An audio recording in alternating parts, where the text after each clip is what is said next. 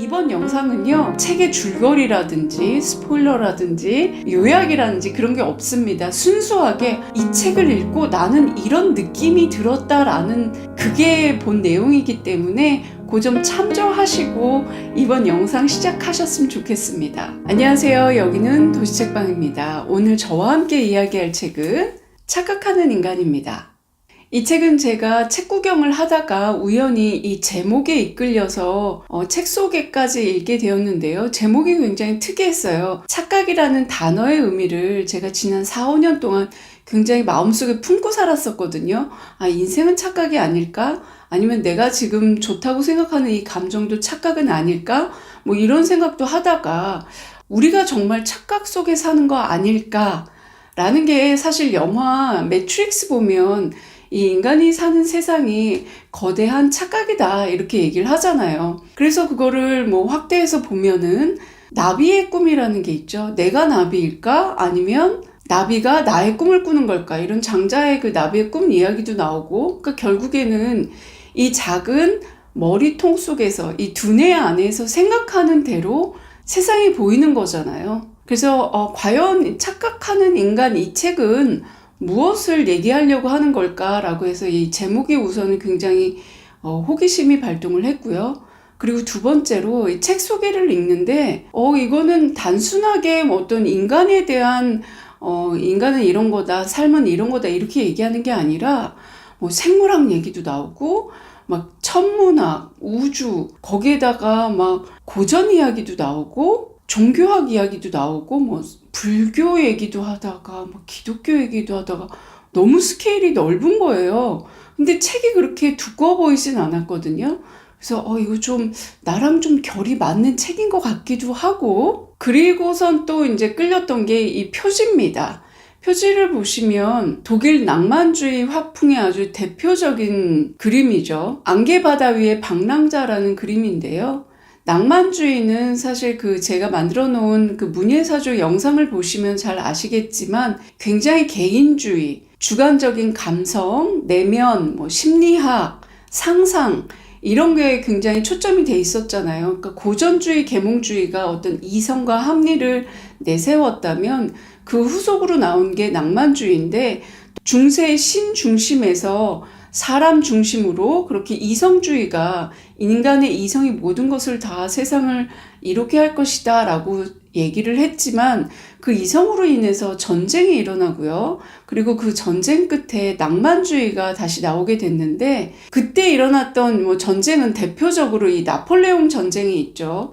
나폴레옹 전쟁 이후 프로이센, 지금의 독일이 굉장히 많은 피해를 입었죠. 그리고 전쟁이 나고 나면 기존의 질서가 좀 무너지거나 아니면 오히려 완전히 예전대로 가려고 하는 어떤 보수적인 성향이 다시 이렇게 발동하기도 하는데요. 독일 같은 경우에는 이 낭만주의가 굉장히 사회적으로, 문화적으로, 예술적으로 많이 나왔습니다. 그래서 어떤 개인의 어떤 고뇌, 심리, 내면의 세계 이런 것도 있지만 낭만주의가 또 얘기하는 게 자연 속에 있는 인간의 어떤 미미함, 나약함 이런 걸 많이 얘기하거든요. 이성주의는 인간이 굉장히 대단하다고 봤단 말이에요. 근데 낭만주의는 인간은 그냥 자연의 일부고 그 자연 앞에서 나약하게 그냥 바람에 흔들리는 이런 식으로 인간을 표현을 해요. 그래서 낭만주의 화풍을 보면은 여러 가지 이렇게 몽상적인 그런 분위기도 있지만 거대한 자연 속에 인간이 혼자 서 있거나 아니면 이 그림처럼 막 밤안개가 끼고 막 파도가 막 넘쳐나는데 그 앞에서 파도에 휩쓸려 갈 수도 있는 거잖아요. 근데 이 사람의 표정은 보이지 않고 뒷모습만 이렇게 보이잖아요. 그래서 이게 어떤 인간의 굉장히 흔들리는 내면을 보인다. 이런 식으로 여러 가지 그 낭만주의와 합쳐져가지고 해석이 굉장히 다양한 그림인데, 이 표지가 이렇게 딱 나온 거예요. 그래서 착각하는 인간, 그 다음 이렇게 밤바다 앞에서 방황하는 인간, 이 두 개가 과연 무엇을 얘기하는 걸까? 이런 호기심이 굉장히 강했습니다. 그래서 저는 이 책이 약간 어떤 개인주의, 실존주의, 뭔가 착각하는 인간 이래가지고 되게 어떤 개인의 어떤 에너지 파동, 긍정의 힘 이런 거를 얘기하는 건가 했는데 책 속에는 또 그렇지 않단 말이에요. 그래서 저의 기대와는 조금 다르게 어떤 내용일까 하는 어떤 호기심, 궁금증이 굉장히 강했어요. 그래서 책을 다 읽고 나서 보니까 말이 잘 안 나오는 거예요. 이거를 분명히 여러분들한테 소개를 해주고 싶은데 과연 이걸 어떻게 소개를 해야 될까? 이런 고민이 굉장히 많았어요. 그래서 보통 이제 소설 같으면 줄거리를 얘기하고 작가를 얘기하고 어떤 시대적인 배경을 얘기하고 그다음 그 줄거리 속에 있었던 어떤 사건에 대해서 얘기하고 그 사건을 만들어내는 인물을 분석하면서 여러 가지 우리 상황에 대해서 얘기하고 또 제가 느꼈던 이야기를 하고 그렇게 할 수 있는데 이거는 인문학 책인 것 같으면서도 그런데 이 책은 제가 명확하게 이렇게 얘기를 해야 되겠다라는 방향이 잘 잡히질 않는 거예요. 그렇게 생각을 하다가 가만히 보니까 이 책에서 얘기하는 그 질문의 방향이 있거든요.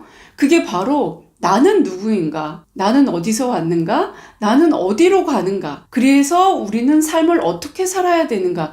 이런 4가지 질문이 이 책을 관통을 하는데 사실 이 4가지 질문 누가 확실하게 대답할 수 있겠어요? 뭐 잘 살아야 돼, 착하게 살아야 돼, 뭐 이렇게 얘기할 수도 있고 과연 나는 어디서 왔을까 싶으면 누군가는 진화론을 얘기할 수도 있고요.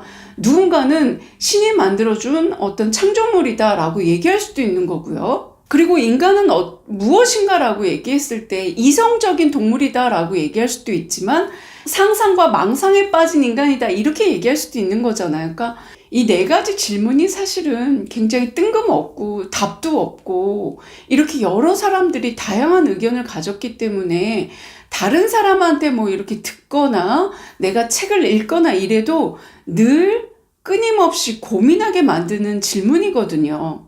저는 이 질문에 대해서 굉장히 오랫동안 생각을 했는데 아직까지도 잘 모르겠거든요. 그리고 특히 이제 제가 학교에 딱 입학하고 나서 어마어마한 자유가 주어지잖아요.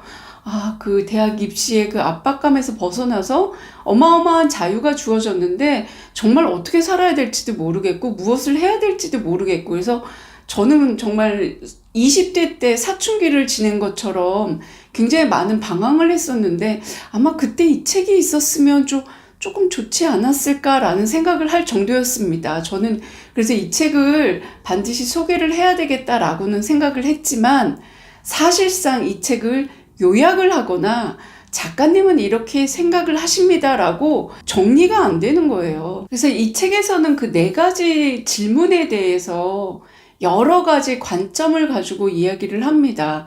그러니까 이것은 이것이다 라고 정확하게 규정하고 규명할 수 없는 질문이기 때문에 이것은 이것이다 라고 딱 떨어져서 나오는 답이 아니잖아요. 누구나 다른 생각을 가지고 있을 수 있고 엄청나게 많은 다양한 의견과 토론을 할 수 있는 주제거든요. 사실 이 4가지 질문은 답이 없기 때문에 생각하기를 중간에 멈출 수 있어요. 답도 없는 거 생각해서 뭐해. 이렇게 생각이 들기도 하고요. 사실 이 4가지 질문은요, 우리가 반드시 해야 되는 질문입니다. 우리는 시간이라는 유한성에 갇혀 있고요. 언젠가는 끝나는 이 삶을 되게 소중하게 잘 써야 되는데 우리는 이 인생 사용법을 모른단 말이에요. 나는 누구인지도 잘 모르겠고 아직도 내가 뭘 좋아하는지 잘 모르겠고 그래서 끊임없이 나라는 인간에 대해서 너라는 인간에 대해서 우리라는 사회에 대해서 이렇게 계속해서 생각을 해야 되는데 굉장히 힘든 작업이거든요. 그래서 많이들 무시하고 그냥 뭐 우선 먼저 잘 살자. 그래서 굉장히 보이고 물질적인 걸 추구하게 되죠. 그래서 이 책에서도 거기에 대해서 이렇게 이야기를 합니다. 인생을 다 살고 나서 인생에 대해 공부한다는 것은 앞뒤가 순서가 완전히 바뀐 것이다. 나의 본성은 무엇이고 왜 이런 행동을 하게 되고 나의 한계는 무엇인지 알고 난 다음 인생을 준비하고 설계하고 거기에 맞게 살아가는 것이 순리 아니겠는가? 다시 구할 수 없는 소중한 물건을 설명서도 읽어보지 않고 마구잡이로 써보다가 나중에 다 달아 못 쓸 지경에 이르면 그때 가서 설명서를 읽어보겠냐는 것 아닌가? 이 서문에 나온 이 말이 저는 너무 와닿았어요. 저도 어느 순간에 막 그렇게 20대 때 방황하고 고민하다가 그래, 열심히 살아보자. 뭐, 이건 답이 살다 보면 답이 나오겠지. 이렇게 생각을 했고, 거의 100m 달리기를 하듯이, 전력 질주하듯이 열심히 달렸는데, 어느 순간에 이제 방전이 된 거죠. 번아웃이 왔고, 너무 힘들고, 이렇게 사는 거 맞는 건가? 내가 도대체 어디를 보고 달려가고 있는 거지?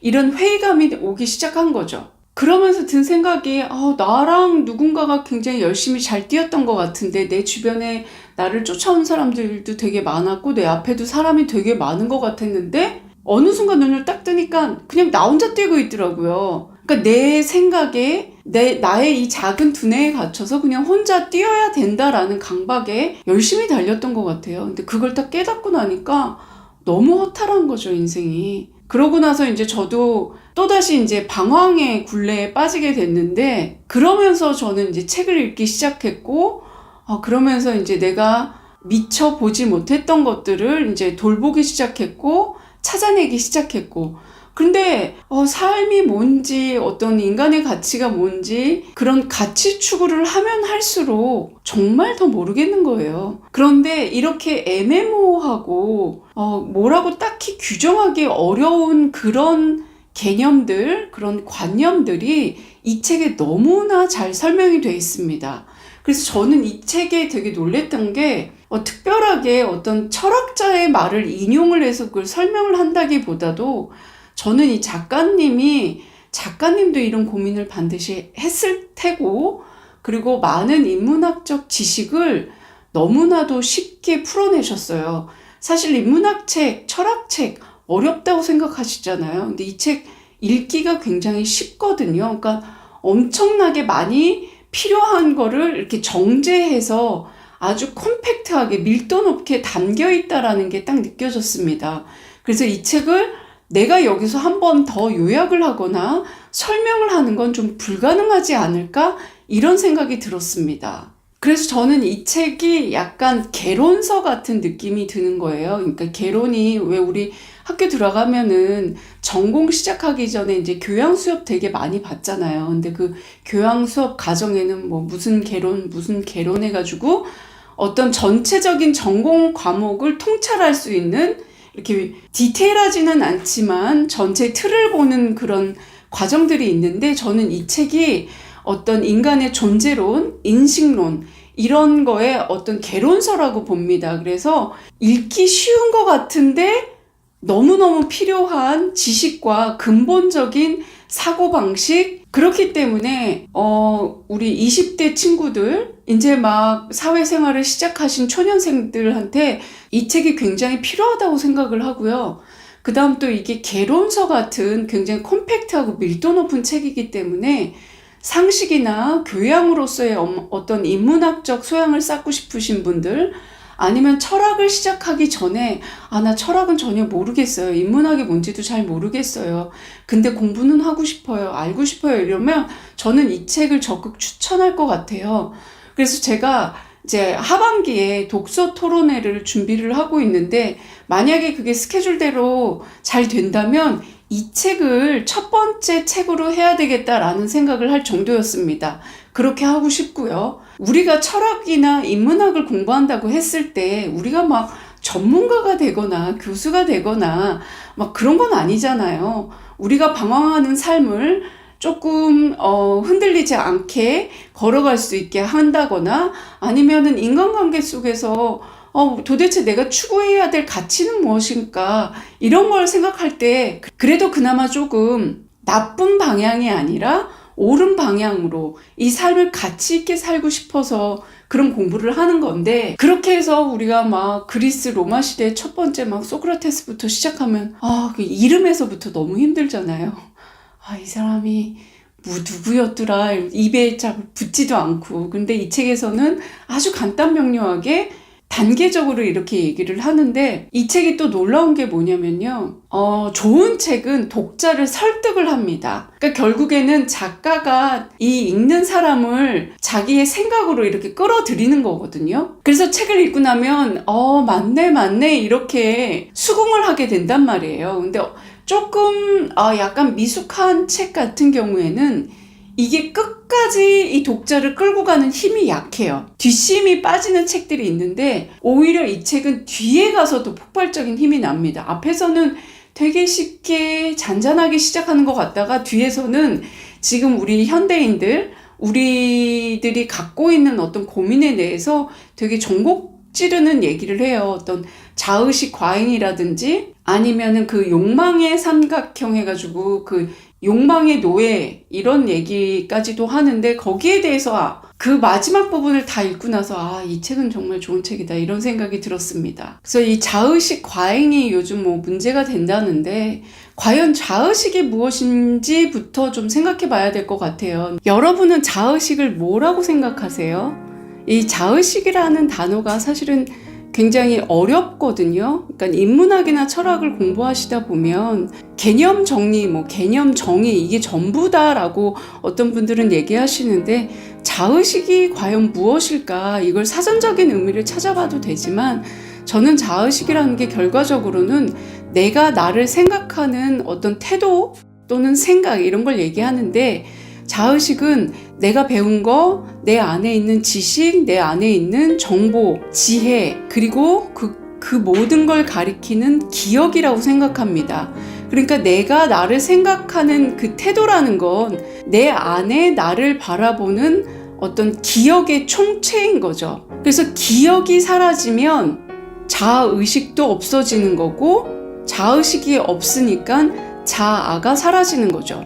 그래서 명상이나 불교나 이런 데서 얘기할 때 어떤 공예세계를 이야기하잖아요. 근데 이 공예세계라는 게 사실은 이게 허무하다, 아무것도 없다 이게 아니라 내가 가지고 있는 생각이나 기존의 어떤 관념에서 자유로워져서 그게 없는 것처럼 여겨지는 그런 열린 마음, 저는 이렇게 얘기를 하거든요. 물론 이제 다른 분석도 있겠지만 명상을 하거나 어떤 마음의 평화를 갖기 위해서는 내가 갖고 있는 생각이나 내가 갖고 있는 판단에서 좀 벗어나야, 다시 말해서 내 두뇌와 내 마음에서 벗어나야 사실은 마음의 평화가 오거든요.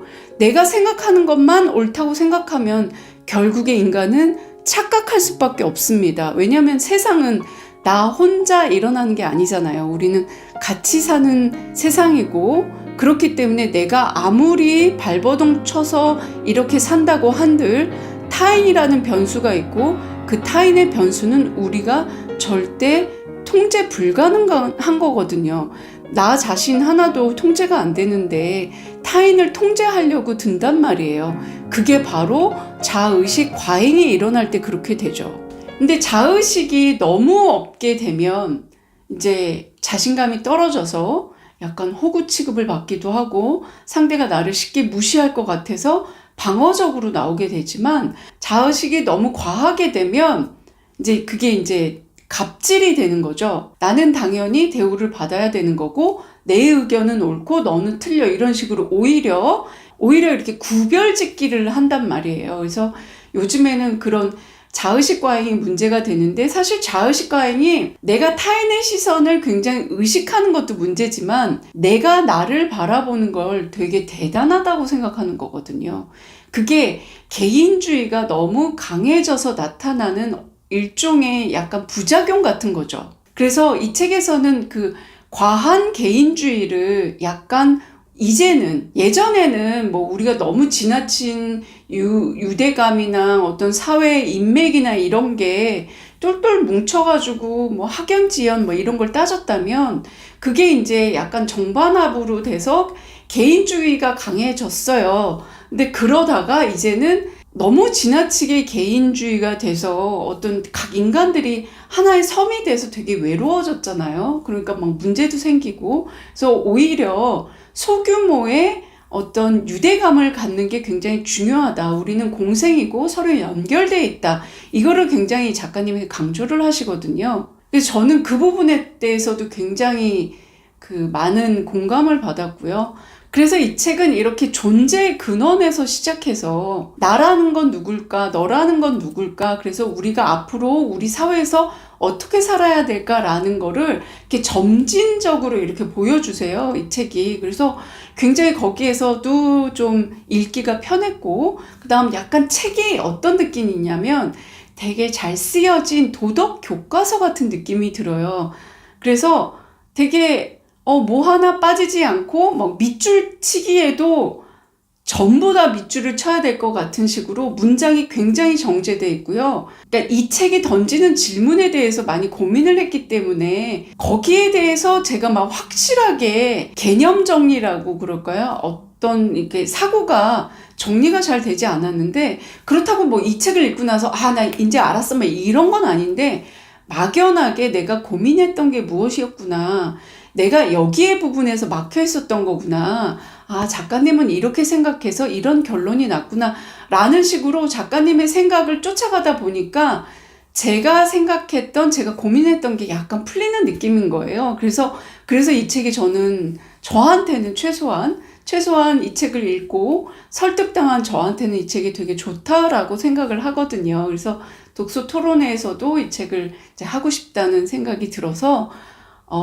제가 이렇게 막 한번 이 책 읽어보세요, 재밌어요, 영상 말미에서는 항상 이렇게 얘기를 하는데, 이 책은 저는 정말 많은 분들에게 꼭 추천을 해드리고 싶다, 이런 생각이 들었습니다. 인문학 책이라고 해서 막 어려운 용어가 있거나 현학적이거나 이런 게 아니에요. 그리고 인문학 책이나 뭐 이렇게 철학서 개론들 보면 사실 그 번역체잖아요. 그래서 번역이 조금 막히는 부분도 있는데, 근데 우리말로 이렇게 설명을 풀어주셨기 때문에 읽는데 굉장히 편안했습니다. 그래서 뭐 한번 읽어보셨으면 좋겠다라고 제가 강력하게 추천드립니다.